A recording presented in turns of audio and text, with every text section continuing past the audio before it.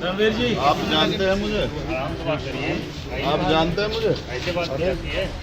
आप नीचे आइए, सब लोग नीचे आइए। जानने की कोशिश कीजिए। आप अभी ये नशा सत्ता का उतर जाए। अरे चलिए आप जाइए, बिना मतलब वाली बात न करिए, जाइए। नहीं तो फिर क्या बिना करना? मतलब वाली बात न करिए, जाइए। ये आप मुझे नहीं सिखाएं। कहाँ आप चढ़ किस पर हैं?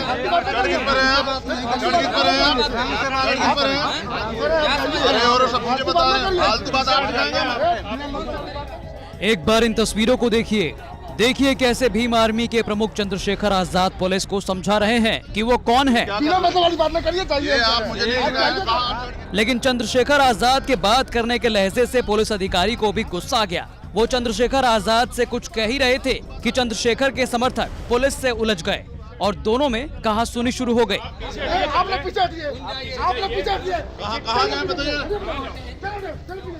ये घटना है आजमगढ़ की, जहां जिलाधिकारी से मिलने पहुंचे चंद्रशेखर आजाद को कार्यालय के बाहर रोक लिया गया।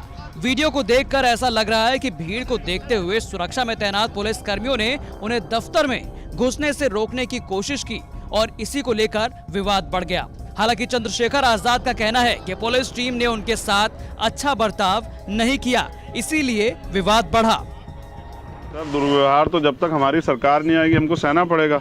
यहाँ तो लोकतंत्र में जहाँ जनता को सम्मान करना चाहिए, वहाँ अधिकारियों के दफ्तर के बाहर उन्होंने असल में मैंने मास्क लगाया हुआ था। ये प्रधानमंत्री जी का आदेश है कि 2 गज दूरी, मास्क है जरूरी। वो खुद तो नहीं लगाते, मैंने लगाया था। तो जो व्यवहार मेरे साथ किया उससे पता लगता है कि मुझे पहचानने में उनको कमी रही।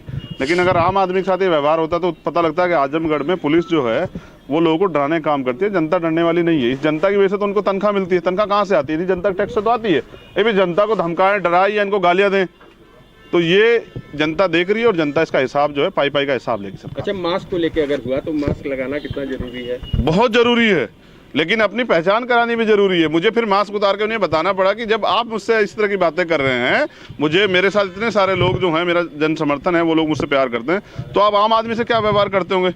फिर मुझे लगता है कि उन्हें इस बात का अफसोस जरूर रहेगा कि उनका जो है रवैया जो है आम आदमी के प्रति अच्छा नहीं है। और सरकार उनको क्या सिखा रही है, उनके अधिकारी उनको क्या सिखा रहे हैं, वो बड़ा दुखद है। हम अपने कार्यकर्ताओं को सिखाते हैं कि वो सबका सम्मान करें और सबके दुख सुख में खड़े हों। दरअसल आज से कुछ महीने पहले आजमगढ़ जिले के तरवा थाना क्षेत्र के बांस गांव में ग्राम प्रधान सत्यमेव जयते उर्फ पप्पू राम की हत्या कर दी गई थी।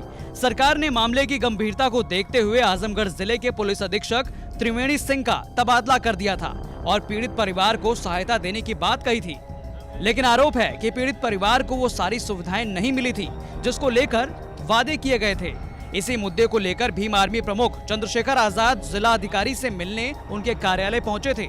इस मामले को लेकर प्रशासन की ओर से कुछ भी जानकारी नहीं दी गई है। बता दें कि आगामी पंचायत चुनाव को लेकर चंद्रशेखर आजाद पूर्वांचल के दौरे पर हैं और आने वाले समय में सरकार के खिलाफ मोर्चा खोलने की तैयारी कर रहे हैं ताकि पंचायत चुनाव में भीम आर्मी अच्छा प्रदर्शन कर सके। आजाद साहब, आजमगढ़ खासतौर पे पूर्वांचल का दौरा आपका चल रहा है और कई सवाल हैं आपसे, आपके साथियों में काफ़ी अंडर करंट है, उसको लेके क्या आपकी धारणा है और 2022 और खासतौर पे पंचायती चुनाव को लेकर क्या रणनीति आपकी? देखिए, मैं पूर्वांचल में हूँ और पूर्वांचल बहुजन मूवमेंट का एक बहुत मजबूत गढ़। मैं पिछली बार भी पूर्वांचल आया था जब आजमगढ़ स्पेशल, जब बांस गांव में प्रधान थे सत्यमेव जयते, उनकी हत्या हुई थी। तब प्रशासन के लोगों ने मुझे टोल टैक्स पर रोक दिया था और मुझसे ये कहा था कि हम लोग न्याय सुनिश्चित करेंगे, आप बेफिक्र रहिए। तो मैं फिर वापस यहाँ आया हूँ क्योंकि अपने लोगों से मिलने के लिए उनसे मुलाकात नहीं हो पाई थी और पंचायत चुनाव की तैयारियाँ चल रही हैं। उनको डायरेक्शन देने किस तरह से हमें पंचायत चुनाव लड़ना है और किस तरह के प्रत्याशी हमें पंचायत चुनाव में उतारने हैं। तो मैंने गाइडलाइन जारी की है कि ईमानदार और संघर्षशील लोगों को, जो लोग संघर्ष कर रहे हैं और जो लोग समाज में कुछ बदलाव चाहते हैं, ऐसे लोगों को मौका देना है। पैसे को प्रायोरिटी नहीं देनी है। कोई भी कार्यकर्ता अगर पैसे लेगा किसी प्रत्याशी से, अगर ये मेरी जानकारी में आएगा तो उसको, वो कार्यकर्ता जो है उसको संगठन से निष्कासित किया जाएगा। आजमगढ़ से राजीव कुमार की रिपोर्ट, यूपी तक।